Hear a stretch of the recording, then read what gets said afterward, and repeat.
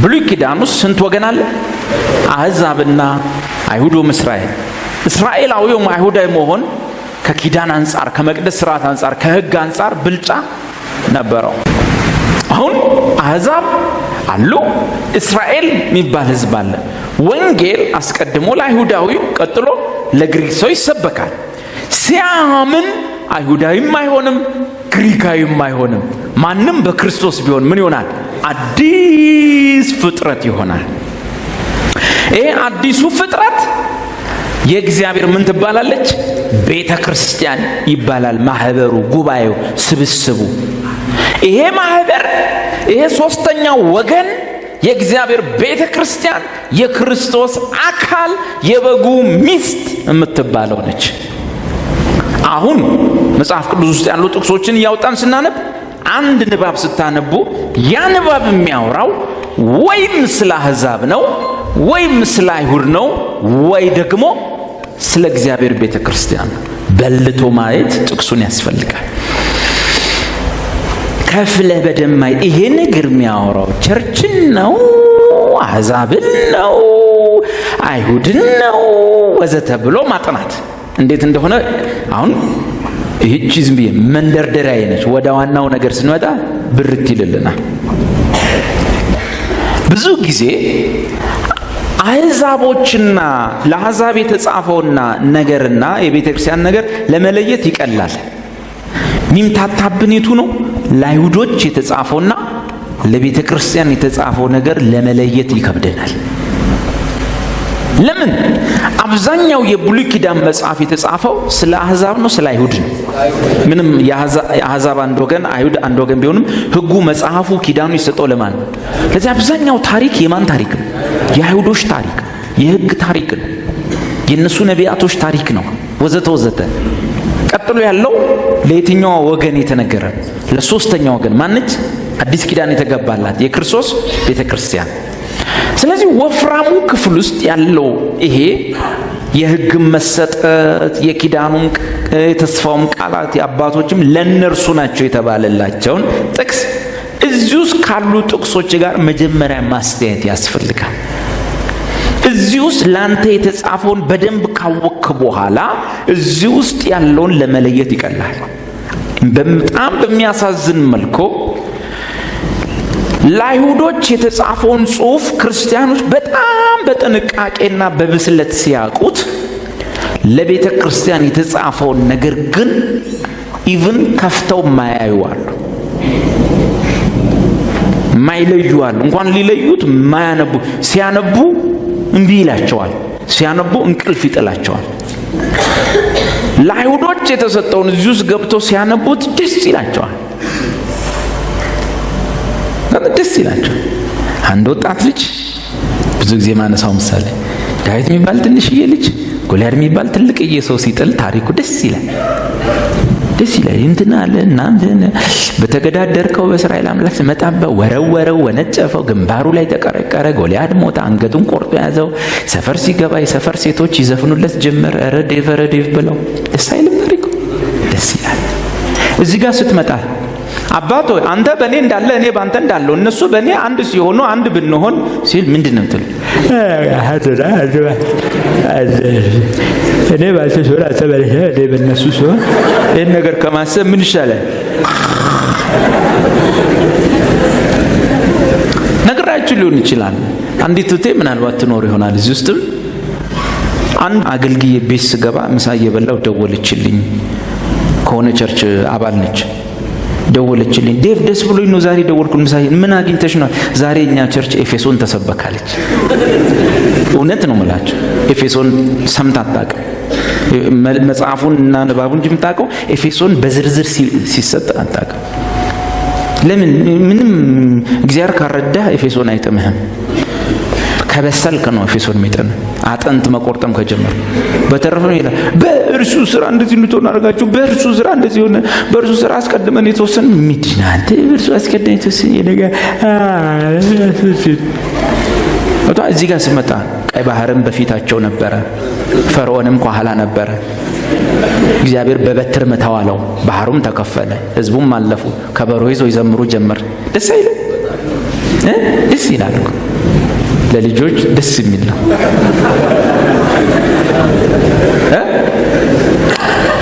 አሁን እንዴት እንደምናጠና ላሳያችሁ። ለአሕዛቦች የተጻፈው ጽሑፍና እሱን ቤተክርስቲያን ውስጥ አምጥቶ ለማስተማር ብዙ ጊዜ አብሮ ማሄድ ስለሆነ ለአሕዛቦች የተጻፈውና ለቤተክርስቲያን የተጻፈውን ለመለየት ቀላል ነው። ለምሳሌ በኢየሱስ ክርስቶስ በማያመን ይፈረድበታል የሚል ጥቅስ ስታነብ ይሄንን ቸርች ላይ ተሰብካለን? ላመኑ ሰዎች ሰብካለን? በጣም ግልጽ ነው ለነማን እንደሚያወራ። አሁን ተነስቼ ቄስ ካሳሁን ወንድሜ ሀብቴ በኢየሱስ እኮ ያላመነ ይፈረድበታል ብል ይጠቅማቸዋል? ኦሬዲ ምን ብለዋል? ስለዚህ ጥቅሱ ስለነሱ ሳይሆን ስለሌላ እንደሚያወራ ይገባናል። አሁን በአብዛኛው የተምታታ ቸርች ውስጥ ያለው የኪዳን ልዩነት የጠፋው ጸሎታችን፣ አምልኳችን ሁሉ፣ መዝሙራችን ሁሉ ግልብጥብጥ ብሎ የተበለሻሸው ምን ይዘው ምን ጨብጠው ያጣ ነው። በአንድ መድረክ ላይ 3 ነገር በአንድ የሚነገርበት ምክንያት በአይሁድና በእኛ መካከል ያለውን የጥሪ ልዩነት፣ የተስፋ ልዩነት፣ የአገልግሎት ልዩነት፣ የህይወት ስርዓት ልዩነት፣ የጸሎት ልዩነት፣ የአምልኮ ልዩነት፣ የሁሉንም ነገር ልዩነት አለማወቃችን ነው ማለት ነው። ስለዚህ ቤተክርስቲያን እንደሞንያት ሶስተኛ ወገን ነች፣ ሌላ ነች። ኤፌሶን 1 ቁጥር 22 ማን ነች እሷ? ሶስተኛ ወገን ማን ነች? ቤተክርስቲያን ውስጥ ስትዘምሩ እንደ ቤተክርስቲያን ነው ያላችሁት? እንደ አሕዛብ ናቸው ወይስ እንደ አይሁድ ናቸው? ሁሉን ከእግሩ በታች አስገዛለት፣ ከሁሉም በላይ ራስ እንዲሆን ለቤተ ክርስቲያን ሰጠው። አሕዛብ አሉ፣ አይሁድ አሉ። ክርስቶስን የማን ራስ እንዲሆን ሰጠው? ለቤተ ክርስቲያን ራስ እንዲሆን ሰጠው። እርሷ ማን ነች? እርሷም አካሉና ሁሉን በሁሉ የሚሞላ የእርሱ ሙላቱ ናት። ቸርች ማን ናት? አሕዛብም አይደለችም፣ አይሁድም አይደለችም። ሁሉን በሁሉ የሚሞላ የእርሱ ምኑ ነች? ሙላቱ ነች። ዛት ሚስ አካሉ ነች። እሱ ራስ ነው፣ እሷ አካሉ ወይም የእሱ ምኑ ነች? ሙላቱ ነች። አሁን ቤተ ክርስቲያን ማን እንደሆነች ማሰብ፣ እግዚአብሔር የሰጣትን ቦታ ማወቅ የምንሰብከውን ስብከት ይቀይረዋል፣ የምንዘምረው መዝሙር ይቀይረዋል፣ አስተሳሰባችንን ይቀይረዋል። ለአሕዛብ የተጻፈውን አታመጣባትም፣ ለአይሁድ የተሰጠውን አታመጣባትም። እርሷ ሶስተኛ ወገን ነች። እርሷ እግዚአብሔር ክርስቶስን ምን እንዲሆን የእሷ ራስ አርጎ የገጠመባት፣ እሷ ደግሞ የዋዛ እንዳትመስላችሁ፣ እሱ ራስ እንጂ አካል አይደለም። እርሱ ሙላቱ የሱ አካል የሆነችው ማነች? ቤተ ክርስቲያን ነች። ቤተ ክርስቲያን የክርስቶስ አካሉ፣ ያ ማለት የሱ ሙላቱ ናት።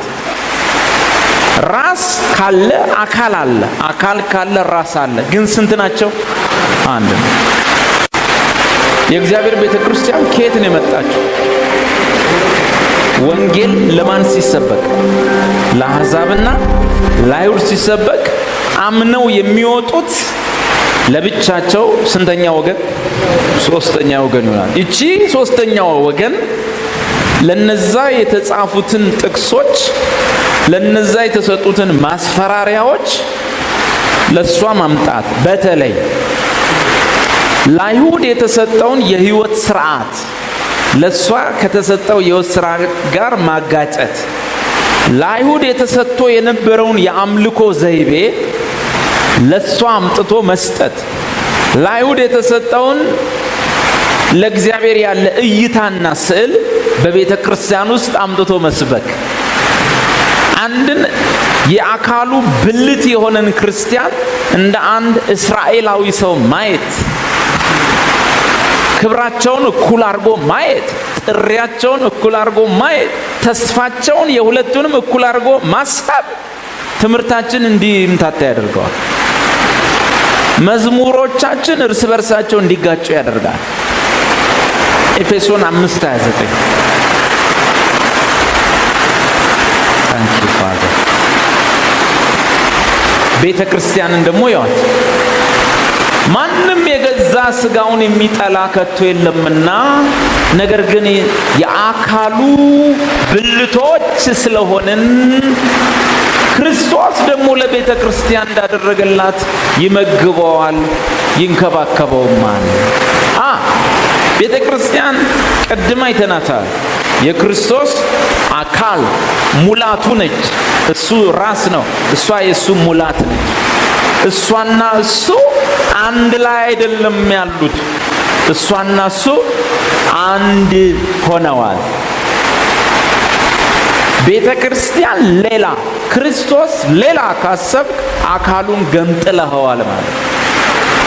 ሶስተኛዋ ወገን ክርስቶስ የሆነ ቦታ እሷ የሆነ ቦታ አይደለች። ቤተ ክርስቲያን ክብሯ ከዛ ያልፋል፣ ክብሯ ከዛ ያልፋል። ድጋሚ አውጡና እዩልኝ። አንባችሁን ያለፋችሁ 1:22 ኤፌሶን 1:22 እስቲ እዩ። ምንድነው እያነበባችሁ ያላችሁት? ለማገልገል የምትፈልጉ ሰዎች ቸርች ምን ትመስላችኋለች?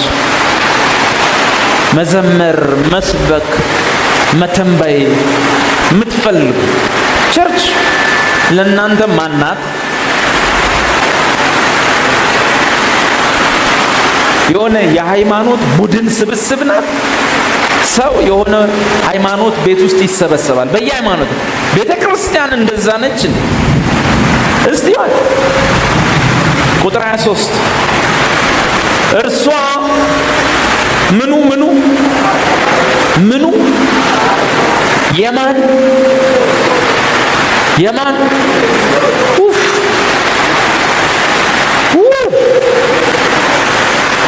እርሷም አካሉ እና ሁሉን በሁሉ የሚሞላ የእርሱ ሙላቱ ናት። ክርስቶስ ክርስቲያን፣ ክርስቶስ ቤተ ክርስቲያን፣ ራስ አካል ስንት አቤት አንድ። ስለዚህ እኛ ሁላችን ብልቶች ሆነን በተናጠል አንድ አካል ውስጥ ገብተናል። ያቺ አካል የእግዚአብሔር ቤተ ክርስቲያን ትባላለች። ስንተኛዋ ወገን ነች? ሶስተኛዋ ወገን ነች። ስለዚህ ሁላችን አንድ ላይ አካሉ ነን።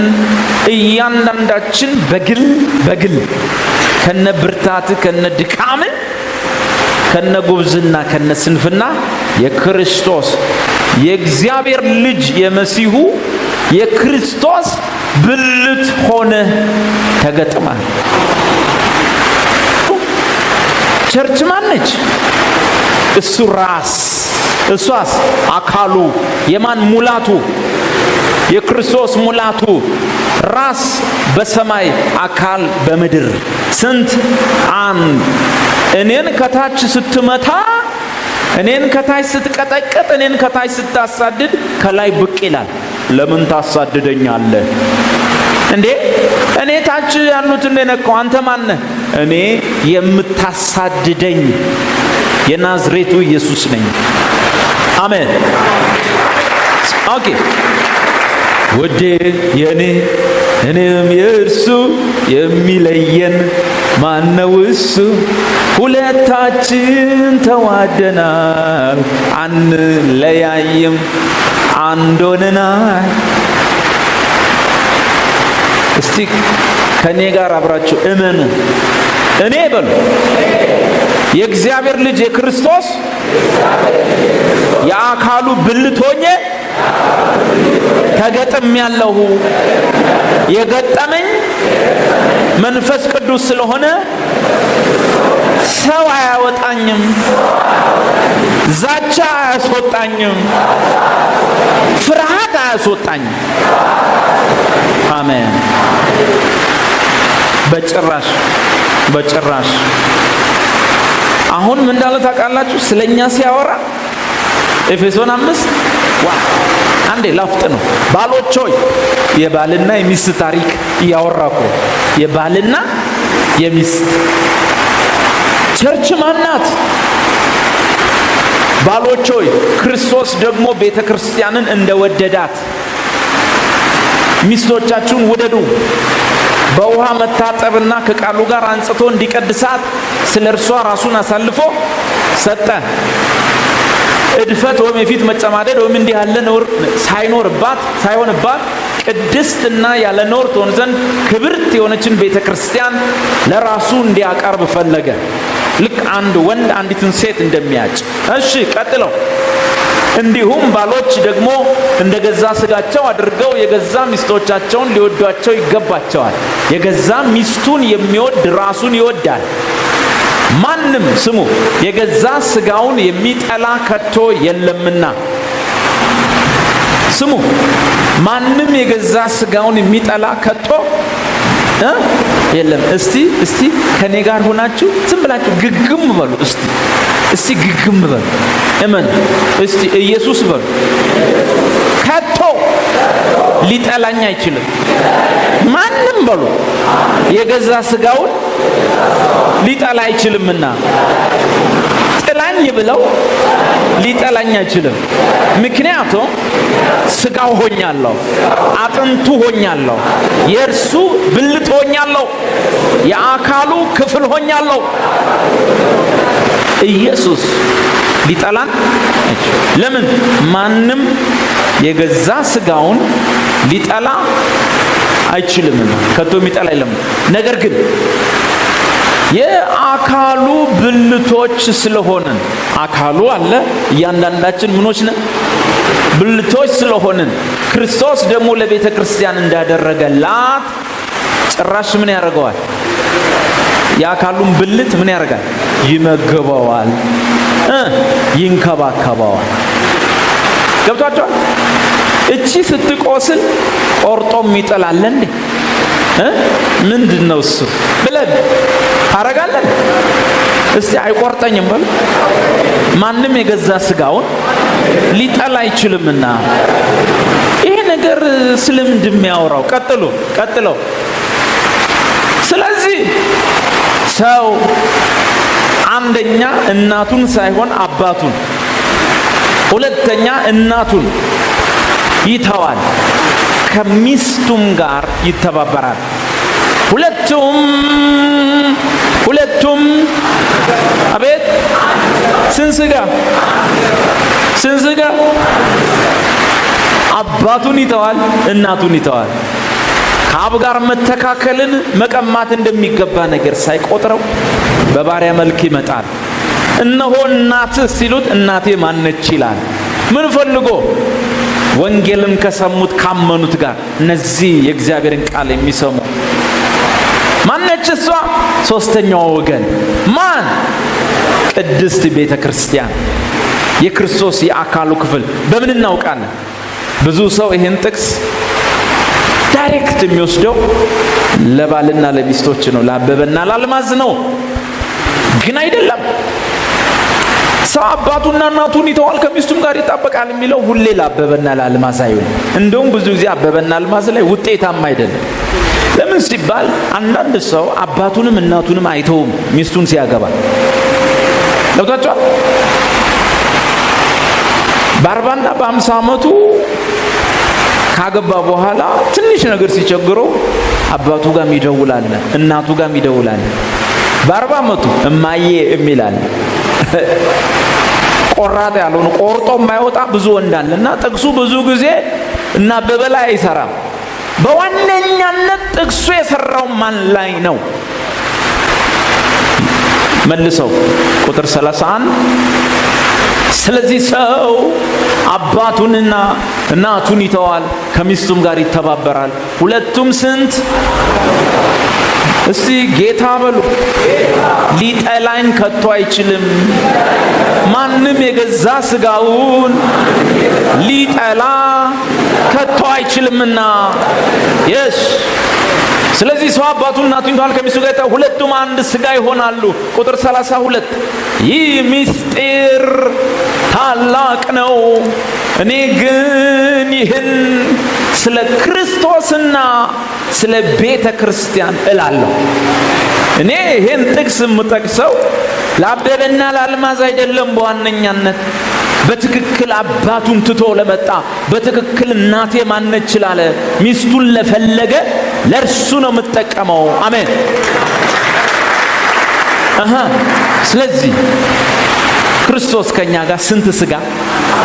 አቤት አንድ ስጋ።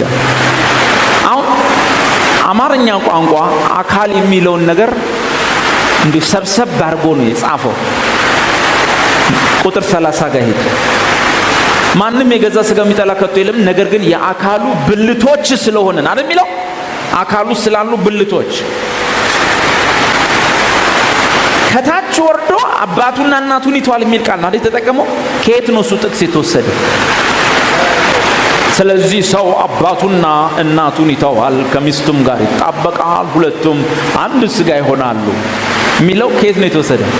ዘፍጥረት ምዕራፍ 2 ላይ አይደለ? አዳምና ሔዋን ራቁታቸውን ነበሩ፣ ሁለቱም አይተፋፈሩም ነበር ብሎ ይዘጋዋል። ስለማን ያወራው? አዳምና ሔዋን። ጥቅሱ ከዛ ነው የተወሰደው።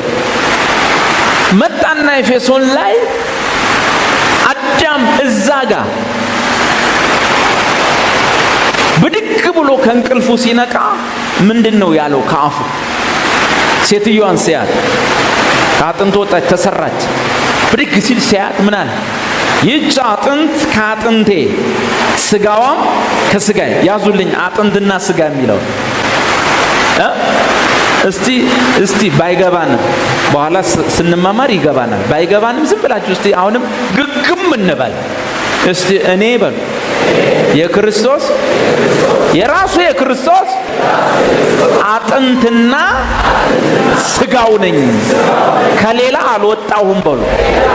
ከእርሱ ነው የወጣሁት በሉ። ይኸውላችሁ አዳም ከእንቅልፉ ሲነቃ እንዲህ አለ፣ ይህች አጥንት ከአጥንቴ ስጋዋም ከስጋዬ ነው አለ። አይዟችሁ ተጽናኑ፣ ጸበል ነው ምናምን ብላችሁ ተጽናኑ። ባይሆን መግቢያዋን ቦታ ይልኝ ቤት እንደገባች እሷን አንተ የዳሰሳ ጥናት አድርግ።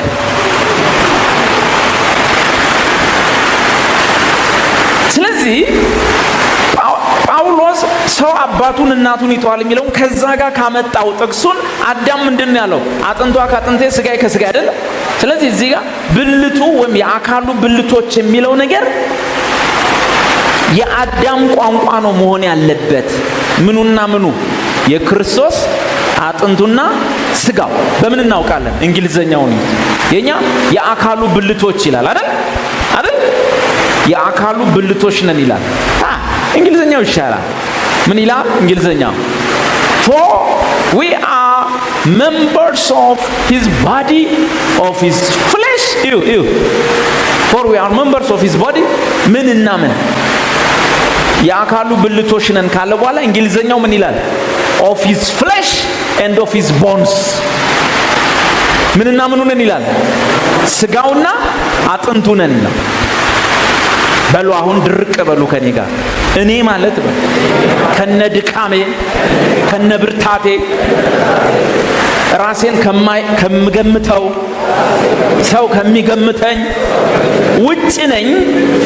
አልፋለሁ። የመሲሁ የክርስቶስ የእግዚአብሔር ልጅ አጥንቱና ስጋው ነኝ። ማንም የገዛ ስጋውን የገዛ አጥንቱን ሊጠላ አይችልምና ኢየሱስ በምንም ሁኔታ ሊጠላኝ አይችልም። የወደደኝ መውደድ በሉ ቅድመ ሁኔታ የሌለው ነው። አንኮንዲሽናል ነው በሉ። ሊጠላኝ አይችልም በሉ። ድሮም የወደደህ ጸባይ ታይቶ አይደለም። ድሮም የተወደድሽው ጸባይ ተገምግሞ አይደለም። የወደደሽ አጥንቱ ስለሆንሽ ነው። የወደደሽ ስጋው ስለሆንሽ ነው። ማንም የገዛ ስጋውን ሊጠላ አይችልም። ሰው አባቱን እናቱን ይተዋል። ከማን ጋር? ስንት ይሆናሉ? እና አሁን ከክርስቶስ ጋር አንድ ላይ ነን ወይስ አንድ ነን? አደራ። አንዳንዱ አንድ ላይ ነን ማለትም ይከብደዋል። እንዴ ሱዛ እኛዚ ይህ ትሕትና አይደለም፣ ክህደት ይባላል። ከክርስቶስ ኢየሱስ ጋር ስንት ነን ወይስ ስንት ላይ ነን? አንድ ላይ ነን? ኧረ አንድ ነን። ርቀሃል ስልህ አጠገቤ ስልህ ውስጤ ከአድማስ ወዲያ ማዶ ሳስብ ለካ ጠጋ ብለህ እኔው ጋር ነህ። አንተን መጠበቁ መልካም ነው፣ መልካም ነው፣ መልካም ነው። ቃልህን መስማቱ መልካም ነው፣ መልካም ነው፣ መልካም። እርቀሃል ስልህ አጠገቤ፣ አጠገቤ ስልህ ውስጤ ከአድማስ ወዲያ ማዶ ሳስብ ለካ ቀረብ ብለህ እኔው ጋር ነህ እንደማለት ነው። ሰውየው ድሮ ሃይማኖተኛ እያለ እግዚአብሔር የት እንደሆነ ይመስለዋል። እሱ እዚህ ያለ ይመስለዋል። ክርስቶስ ራስ ነው። ቤተ ክርስቲያን አካል ነች። እያንዳንዳችን አጥንትና ሥጋው ነን። እስቲ አሁንም በእናታቸው አብረን ድርቅ እንበል እንመን ማለት ይሄ መጽሐፉ ሊሻር አይችልምና እኔ ከነብርታቴ ከነድካሜ በዚህ ቅጽበት በዚህ ሰዓት የመሲሁ ከሙታን የተነሳው የእግዚአብሔር ልጅ የአካሉ ብልት አጥንትና ሥጋው ነኝ በሉ። ሰይጣን የሚያረው መስማት ከቻለ አይሰማም በዚህ ሰዓት እንጂ የት እንዳለ አናውቅም። ምክንያቱም በሁሉ ቦታ አይገኝም እሱ። ይሄኔ ለስራ ሌላ ቦታ ሄዷል። ግን ቢሰማ የሚያረው ይሄን ስትል ነው እንጂ ይሄ ባልገባ ሁኔታ ይሄ ሳይገባ ተሰልፈ እርር በል ጠላቴ፣ እርር በል ጠላቴ፣ እርር በል ጠላቴ ስትል እሱ ወይ ሄዷል ወይ ይሄን ያለው ካናዳ ነው ወይ ነው። እንዴት እንደሚሰማህ አላቅም። አንድ ሁለተኛ ይጠይቃል። በምንድን ነው ማረው ይላል ማለት አልገባ። እርር በል ትለኛለህ ቅድም ጀምሮ በምን ምክንያት በምን? አንዳንድ ሰው እርር በል የሚለው በቀደም የገዛውን አሪፍ ዕቃ እያሰበ ይሆናል።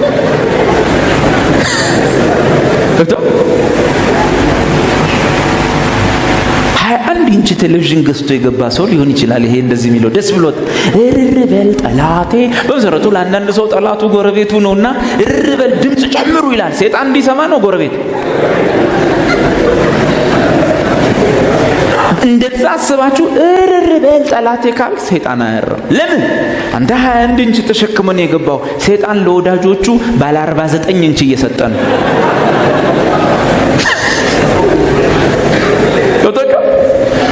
እርር ይበል የምትለው እርር በል ብለህ እዚህ ስለ ጉሮሮ እርር ስላለ አይደለም።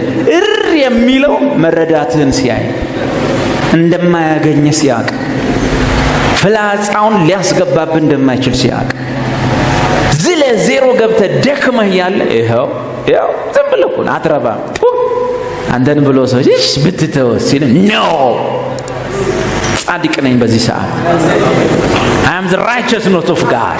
I'm holy. I'm perfect. I'm blameless ማለት ከቻልክ እሱን እንደ ይሄ ሰው አንተ መሲሁ የሰራው ነገር ገብቶታል ማለት ነው። በደረፈ ገመድን ሲያረዝም ሲያሳጥር ዘመን ሲጫወትበት ያልከው እንዴ ወንጌል ይሄ እኮ ነው። ክርስትና እኮ ይሄ ነው እንጂ የሰውን ብቃት ለሰውየው በመስጠት ለሰውየው ማስጨብጨብ አይደለም።